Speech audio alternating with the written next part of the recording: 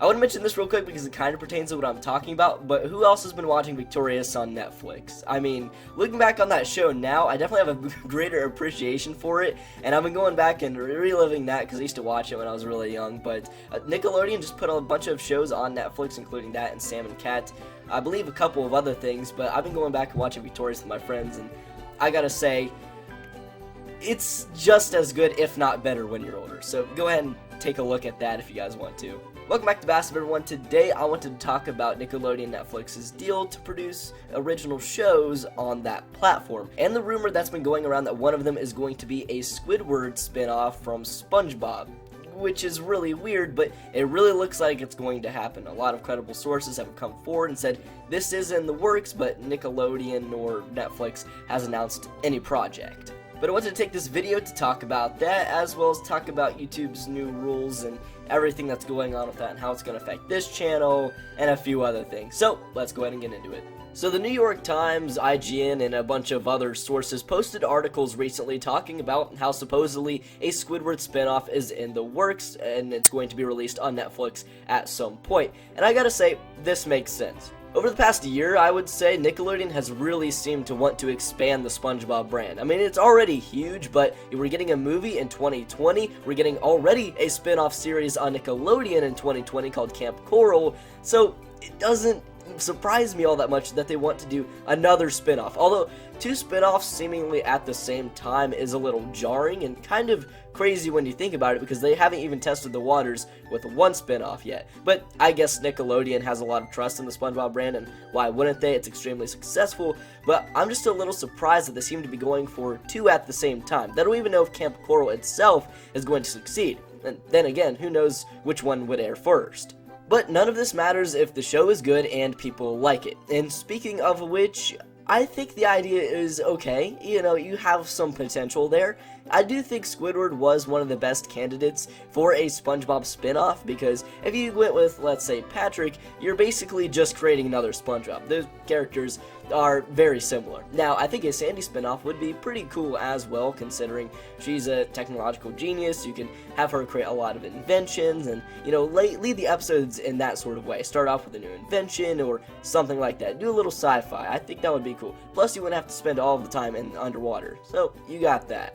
A Mr. Krabs and Plankton spinoff wouldn't really work because you see most of their rivalry in the main SpongeBob show anyway. There's not really much to go off of there.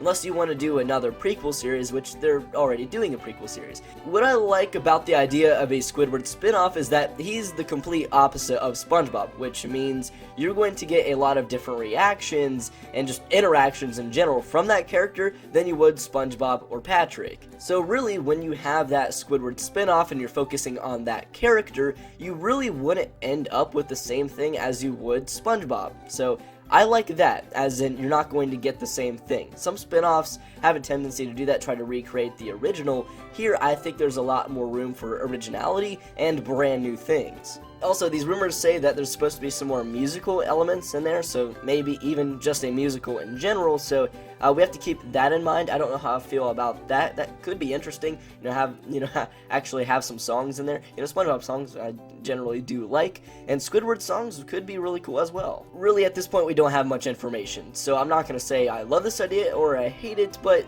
right now, it just has potential for me, Recently, of course, SpongeBob is an okay show. It's definitely gotten better over the past couple of years, but it's still not like a fantastic show. If you have the same writers on there, it'll translate most likely, and the show will just be mediocre at that point.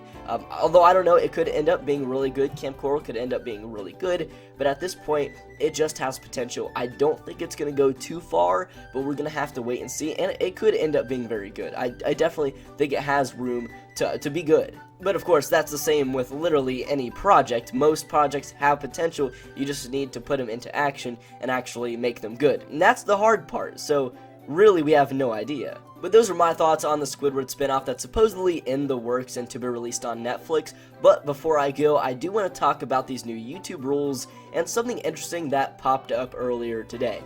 So as you guys know, I am mainly a child-friendly content creator. Most of my content isn't necessarily aimed at children, but it has to do with a lot of children icons and characters.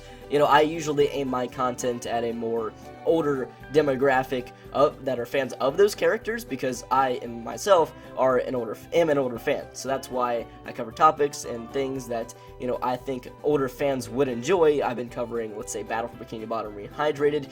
I mean, most kids nowadays haven't played Battle for Bikini Bottom, so they wouldn't be watching those videos, but it has to do with SpongeBob, and YouTube apparently doesn't like that anymore. I'm not going to get into the nitty-gritty on what's going on YouTube, because you guys probably already know, but basically the thing is I personally am going to be punished for creating child-friendly content, which kind of sucks, because ever since I really started my channel, I've tried my hardest to be child-friendly or family-friendly. That's because YouTube was rewarding that, and you know, I do enjoy making family-friendly content. I wouldn't say I'm a very crude person. I don't really like to cover more adult topics or swear all that much in my videos, although who knows, maybe I'll have to start because of this.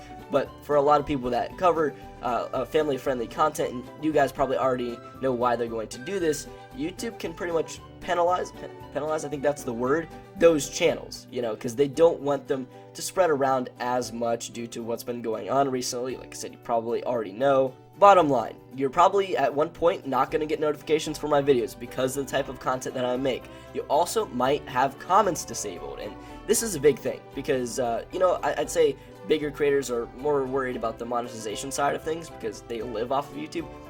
Personally, I don't. So I don't really need the monetization all that much. So really, I'm only doing this just to interact with you guys, have a discussion with other fans, meet new people. That's what I love about this. So, you know, those losing comments is actually a big concern for me, because that's one of my favorite things, you guys giving me feedback. Plus, likes could be disabled as well, which isn't a huge thing, but I also want to know if you guys like that video, because if I did something wrong or the video is bad, there's something that I need to change on the channel, I want to know. And comments also play into that as well. So those two things being disabled or possibly being disabled, I'm not a fan of. I hate that idea. Also, you might not even get notifications for my videos, and of course monetization as well, but that's not really a huge thing. But basically, my channel could die really quick because of all of this. A good way to solve that on the communication side of things, actually another YouTuber who does SpongeBob content, and this is mainly just for those who are here for my SpongeBob content, he and RidersDX created a Discord group to go ahead and interact with other fans who might be affected by this, so content creators who may have their comments disabled or have their entire channels ripped to pieces can come and talk to fans and promote their stuff in this Discord server, just so we all have a platform to communicate with each other when it comes to anything SpongeBob or even content related, like for me promoting that and everything that's going on, because there could be some very big issues in the future. But I did just want to promote this because I did see it this morning with CNB Extra's video, and I think it's a great idea, and you know, who knows what's going to happen in the future with this whole content thing, how severe it's going to be, but I think this, as, you know, a general meeting place as well as a really good backup for the community, is a great idea. I definitely applaud that. You guys did a great job. But I figured since a lot of fans have joined that already, I figured I would go ahead and join it as well, and if you ever wanted to communicate with me about SpongeBob or anything like that, that's a good way to reach me and other fans as well. I wanted to spread the word just in case you want to talk to other fans, because YouTube is having some issues lately.